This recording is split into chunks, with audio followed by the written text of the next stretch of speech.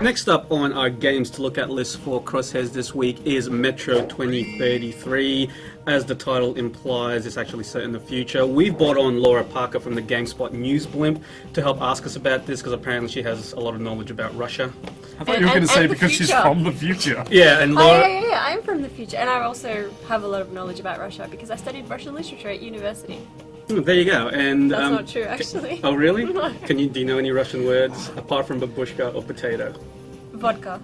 That is a Russian word. Okay. So yeah, Metro 23 set in the future. I got some hands-on time with a build just recently. So it's a post-apocalyptic game. We're talking Fallout, nasty future. Give me the story. That's right. So it's basically based on a series of very popular Russian books that I don't think have actually made it into the West yet. But yes, it is set in a post-apocalyptic future, which is my favorite kind of future. And the only kind of apocalyptic future? That's right. Well, most of us are going to die in a hail of fire, and the survivors will be super mutants.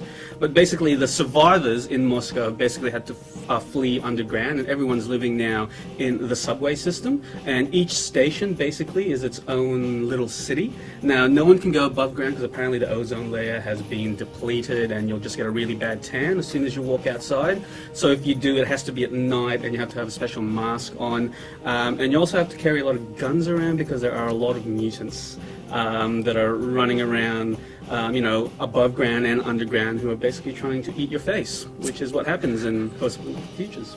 Right, so no sunlight, a bit of communism, and mutants equals dark.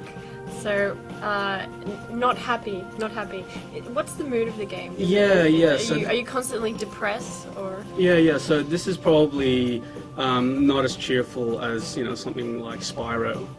It's a bit more downbeat than that. So it is a very sort of like dark, sort of depressing tone to the game. Yeah, I guess you could sort of think of it as a little bit Bioshock meeting Fallout 3.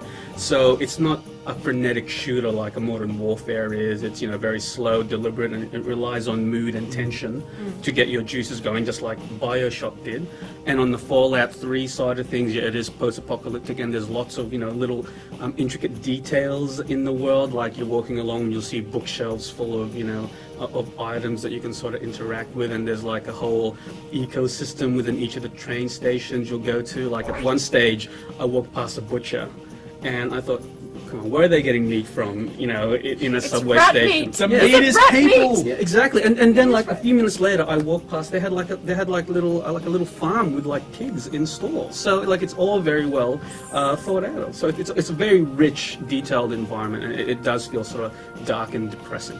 You mentioned controls, and particularly the outdoor stuff. I've seen a little bit of it. The face mask that you'll need for the oxygen. Tell us a little bit about that and the controls in the game. Yeah. So the controls, I guess, since it is a first-person shooter, it's all fairly typical. I guess one of the big things they've tried to do with this is make the HUD invisible. So you mentioned the mask there. So if you're going above ground, you need to have a mask on to be able to breathe properly. And instead of having an indicator that shows how much oxygen you have left, it's actually tied to your watch. So you look at your watch and you'll see like a little red bar, and it'll just basically tick down to when your oxygen will run out. And there's a dedicated button for that? Yeah. And there's do you have to keep checking it though? Yeah, like or do you just die? I think it goes on for a few minutes, so you don't have to keep checking it continually. But you will need to keep an eye on it if you're outside for a long period of time. The same with, I guess, in-game maps and quests. So the main character is called Artyom. I hope I'm pronouncing that right. Laura, you studied Russian literature. Maybe you can correct me. Yes, that's correct. Yeah, but basically, when he looks at his map or his mission details, it's like from a book or a clipboard that he pulls out. So it's all within the game. So it tries to keep it all within, I guess, the mood and the gameplay world. And how much did you actually play of the game? About the first 1.5 hours of it. So the game starts off with you basically heading above ground with a squad mate, and you go outside this train station, and all these mutant beasties basically come around and start attacking your group. You get knocked out, and then it's a flashback scene. So you're not quite sure what happens there, but you flash back to about a week earlier, where Artyom is still a bit green, and he's still got to head out of his first train station. There's a few sort of cool tense bits, like for example, there's this bit where you have to go from one train station to another on one of those. Remember those old railway double cars? ones? Yeah, you do pump the up and- pump ones. But then you get attacked by all these beasties. beasties. There's another You have to section. keep pumping it while you're shooting. No, luckily you don't have to pump and shoot at the same time, which I think would be too much for a next-gen game.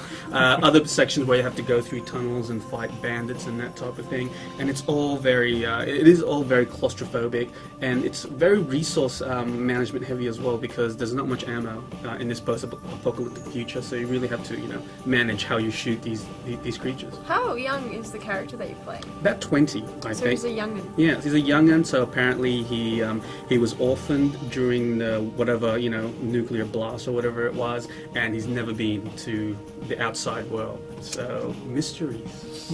Or felt the loving touch of a woman. Well, I don't know that. I haven't played enough of the game or found out his backstory. Flashback scene from that one too. Yeah. So when's this one out? Metro 2033 is out on the Xbox 360 and the PC in March 2010.